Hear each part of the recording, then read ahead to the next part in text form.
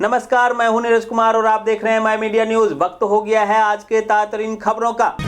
Online माध्यम से प्राप्त दाखिल खारिज याचिकाओं के निष्पादन के बाद जो लिपिकी या गणितीय त्रुटियां रह जाती है, उसमें सुधार के लिए बिहार के राजस्व एवं भूमि सुधार विभाग के सचिव जय सिंह ने सभी समाहर्ताओं को पत्र लिखा है। पत्र में कहा गया है कि दाखिल खारिज संबंधित आदेश पारित करने के दौरान की गई लिपिकी या गणितीय संबंधी भूल या किसी आकस्मिक भूल या लोप से हुई गलतियां अंचल अधिकारियों द्वारा स्वप्रेरणा से या किसी पक्षकार के आवेदन पर शुद्धि की जा सकेगी। अंचल अधिकारी इस शुद्धि से सभी पक्षों को सूचित करेंगे। दिल्ली में 1 लाख से ज्यादा लोगों को मिलेगी सरकारी नौकरी, मंत्री मनजिंदर सिंह सिरसा ने दिया ऐलान।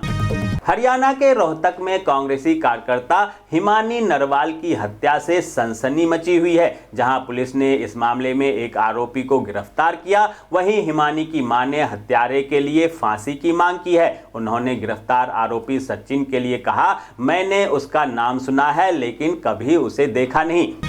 उत्तराखंड कैबिनेट बैठक में कई योजनाओं पर लगी मुहर, नई आबकारी नीति हुई स्वीकृत, स्कूल मंदिरों के आसपास नहीं खुल पाएंगे शराब की दुकानें। झारखंड विधानसभा में बजट पेश होने के बाद मीडिया ने जब वित्त मंत्री राधा कृष्ण किशोर से पूछा चुनावी वादों का क्या हुआ, 450 का सिलेंडर कब मिलेगा, तो मंत्री ने कहा वे इसका भरोसा दिलाते हैं। कांग्रेस ने चुनावी घोषणा पत्र में इसकी घोषणा की है। घरेलू गैस सिलेंडर 450 रुपए में देने की घोषणा पूरी जरूर होगी।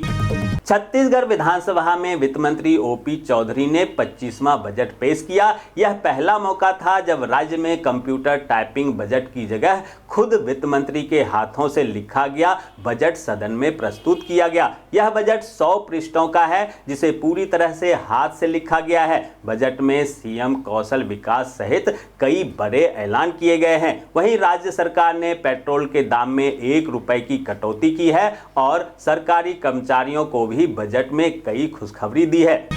महाराष्ट्र विधानसभा में नियमों के अनुसार किसी भी दल को आधिकारिक रूप से विपक्ष का दर्जा पाने के लिए कुल सदस्यों की संख्या का कम से कम 10% होना अनिवार्य है। महाराष्ट्र विधानसभा में कुल 288 सीटें हैं, यानी विपक्षी दल के लिए 29 सीटें होनी चाहिए, जबकि एमबीए में सबसे अधिक विधायक उद्धव ठाकरे के शिवसेना के पास मात्र 20 ही हैं। ऐसे में नेता प्रतिपक्ष की सीट मिलेगी या नहीं, इस पर संशय है। दोस्तों, आगे बढ़ने से पहले आपसे रिक्वेस्ट है कि अगर आपने अभी तक इस न्यूज़ को लाइक और कमेंट नहीं किया है तो प्लीज़ लाइक और कमेंट कर दीजिए, क्योंकि आपके लाइक और कमेंट का मैं कब से इंतजार कर रहा हूं। और जैसा कि आपको पता है, कमेंट करने वाले लोगों के नाम हम न्यूज़ के लास्ट में बताते हैं, इसलिए न्यूज़ को लास्ट तक जरूर देखिए। भारत के विदेश मंत्री एस जयशंकर आज से 9 मार्च तक आयरलैंड, गणराज्य और यूके के दौरे पर रहेंगे। इस दौरे का मुख्य उद्देश्य दोनों देशों के साथ संबंधों को और मजबूत करना है। बता दें कि यह यात्रा यूरोपीय देशों के लिए चुनौतीपूर्ण समय पर हो रही है, जो अमेरिकी राष्ट्रपति डोनाल्ड ट्रंप के व्हाइट हाउस में वापस आने के बाद से अमेरिका के साथ अपने संबंधों पर फिर से बातचीत कर रहे हैं। अमेरिका के राष्ट्रपति डोनाल्ड ट्रंप एक के बाद एक कई एक्शन ले रहे हैं, जहां अब कनाडा और मैक्सिको पर 25% टैरिफ बढ़ाने का आदेश दिया है, साथ ही व्यापार जांच का भी आदेश दिया है। पूर्व केंद्रीय मंत्री और हमीरपुर लोकसभा से सांसद अनुराग ठाकुर आज बिलासपुर के भरौली कला में भारतीय स्टेट बैंक की शाखा का उद्घाटन करेंगे। इसके उपरांत ठाकुर दोपहर 3 बजे सलवार में जनसभा को संबोधित करेंगे और शाम 5 बजे लखनऊ में रेलवे के निर्माणाधीन पुल का निरीक्षण करेंगे। आम आदमी पार्टी के संयोजक और दिल्ली के पूर्व मुख्यमंत्री अरविंद केजरीवाल आज पंजाब के दौरे पर जा रहे हैं। दिल्ली के चुनाव नतीजे के बाद केजरीवाल का यह पहला पंजाब दौरा है। आपको बता दें कि करीब 12 साल तक दिल्ली की सत्ता में रहने के बाद आम आदमी पार्टी को पिछले महीने हुई दिल्ली विधानसभा चुनाव में करारी हार का सामना करना पड़ा था। आईसी चैंपियन ट्रॉफी 2025 के रोमांचक नॉकआउट चरण की शुरुआत हो चुकी है, जिसके तहत आज भारत और ऑस्ट्रेलिया के बीच सेमीफाइनल मुकाबला दुबई में होगा, जबकि दूसरे सेमीफाइनल में न्यूजीलैंड और दक्षिण अफ्रीका 5 मार्च को लाहौर में भिड़ेंगे।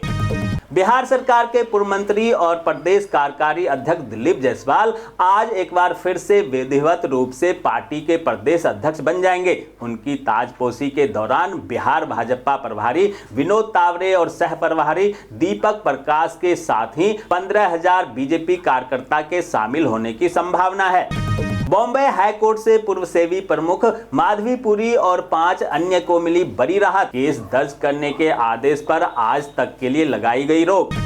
झामुमो का 52वां स्थापना दिवस आज झंडा मैदान में होगा, जहां समारोह में मुख्यमंत्री हेमंत सोरेन, नगर विकास मंत्री सुदिव्य कुमार सोनू, मंत्री हफीजुल अंसारी, योगेंद्र प्रसाद और राज्यसभा सदस्य सरफराज अहमद सहित झामुमो के तमाम नेता शामिल होंगे। बसपा सुप्रीमो मायावती ने सोशल मीडिया प्लेटफॉर्म एक्स पर पोस्ट कर लिखा, बीएसपी की ऑल इंडिया की बैठक में कल आकाश आनंद को पार्टी की हित से अधिक पार्टी से निष्कासित अपने ससुर अशोक सिद्धार्थ के प्रभाव में लगातार बने रहने के कारण नेशनल कोऑर्डिनेटर सहित सभी जिम्मेदारियों से मुक्त कर दिया गया था, जिसका उसे पश्चाताप करके अपनी परिपक्वता दिखानी थी। लेकिन उसके विपरीत आकाश ने जो अपनी लंबी चौड़ी प्रतिक्रिया दी, वह उसके पछतावे और राजनीतिक मैच्योरिटी का नहीं, बल्कि उसके ससुर के ही प्रभाव वाला ज्यादातर स्वार्थी, अहंकारी और गैर मशीनरी है, जिससे बचने की सलाह मैं पार्टी के ऐसे सभी लोगों को देने के साथ दंडित भी करती रही हूं। मध्य प्रदेश की राजधानी भोपाल में आयोजित हुई ग्लोबल इन्वेस्टर समिट में मिले निवेश प्रस्ताव को लेकर मध्य प्रदेश के मुख्यमंत्री डॉक्टर मोहन यादव ने अधिकारियों की बैठक लेकर उन्हें आवश्यक निर्देश दिए। उन्होंने कहा कि इन्वेस्टर समिट का असर धरातल पर दिखना चाहिए। इसके लिए सभी प्रस्ताव को लेकर अलग अलग रिपोर्ट तैयार की जाएगी।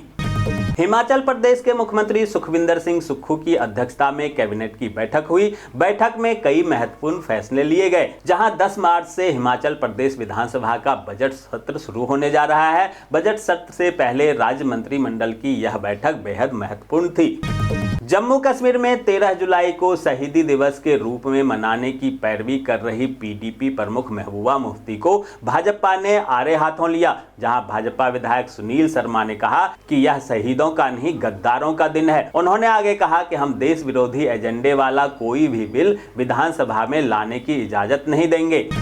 उड़ीसा के राजस्व मंत्री सुरेश पुजारी ने उड़ीसा सीमा पर घुसपैठ को लेकर पश्चिम बंगाल सरकार को कड़ी चेतावनी दी। मंत्री सुरेश पुजारी ने कहा कि पश्चिम बंगाल सरकार एक असभ्य सरकार है। उन्होंने आगे कहा, अगर जरूरत पड़ी तो उड़ीसा पश्चिम बंगाल को भी पाठ पढ़ाएगा। गुजरात एटीएस और फरीदाबाद स्पेशल टास्क फोर्स ने संयुक्त ऑपरेशन में फरीदाबाद से आतंकी कनेक्शन के संदेह में एक व्यक्ति को गिरफ्तार किया। उसके पास से 2 हैंड ग्रेनेड भी जब्त किए गए, जिन्हें सुरक्षा एजेंसियों ने तुरंत निष्क्रिय करा दिया। सूत्रों के मुताबिक ये अयोध्या में राम मंदिर पर हमले की साजिश रच रहा था।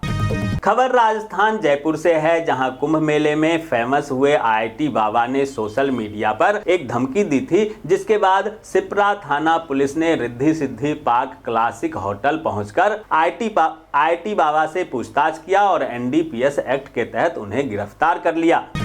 दोस्तों, मैं देख पा रहा हूं कि आप में से बहुत सारे लोगों ने इस न्यूज़ को लाइक किया है और कमेंट भी किया है, लेकिन अभी भी कुछ लोग बाकी हैं जिन्होंने न्यूज़ को लाइक और कमेंट नहीं किया है। उनसे भी आग्रह है कि प्लीज़ प्लीज़ प्लीज़ वे भी न्यूज़ को लाइक कर दें, कमेंट कर दें, साथ में शेयर भी कर दें। तो ये थी आज की ताज़ातरीन खबरें। ऐसे ही खबरों से अपडेट रहने के लिए चैनल को सब्सक्राइब कीजिए, नोटिफिकेशन बेल को दबाइए, वीडियो को लाइक कीजिए और ज़्यादा से ज़्यादा शेयर कीजिए, ताकि आप और आपके जानने वाले रह सकें देश और दुनिया के तमाम खबरों से अपडेट।